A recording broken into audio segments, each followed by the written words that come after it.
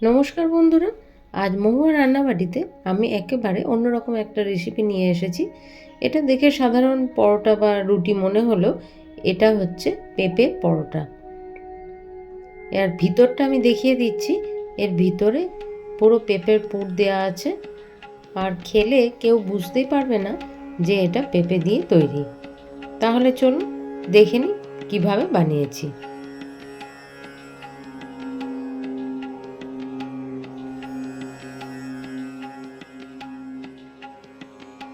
এখানে গাছের কতগুলো টাটকা পেঁপে নিয়ে নিয়েছি, সেগুলো খোসা ছাড়িয়ে এইভাবে গ্রেটারে গ্রেট করে নিয়েছি। এবার পুরটা বানানোর আগে আমি ময়দাটা মেখে রাখবো। এর জন্য 1 কাপ পরিমাণ আটা আর 1 কাপ ময়দা নিয়ে মিশিয়ে নিয়েছি, আর এর মধ্যে অল্প সামান্য নুন আর সাদা তেল নিয়ে তারপরে জল দিয়ে ভালো করে মেখে চাপা দিয়ে রেখে দিয়েছি।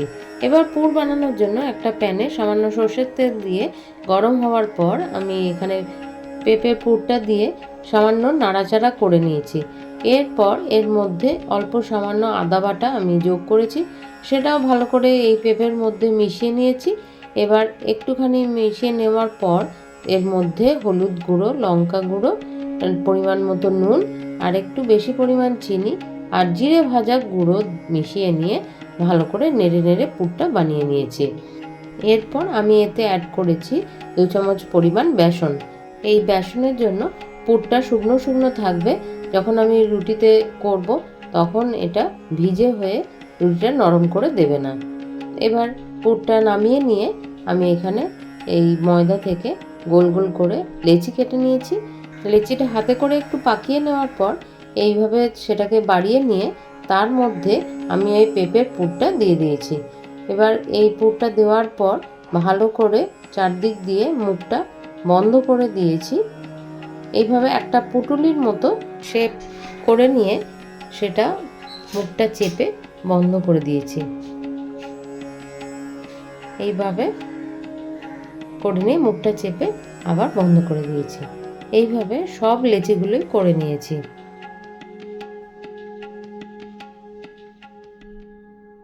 এরকমভাবে আর একটাও দেখিয়ে দিচ্ছি।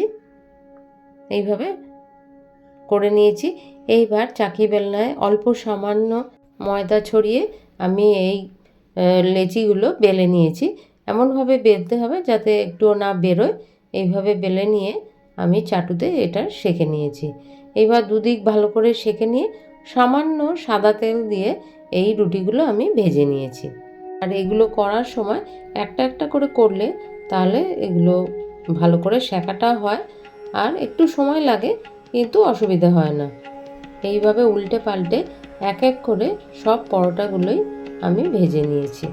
আর এই পেঁপের পরোটা আমি সাদা আলুর চচ্চড়ির সাথে সার্ভ করেছি।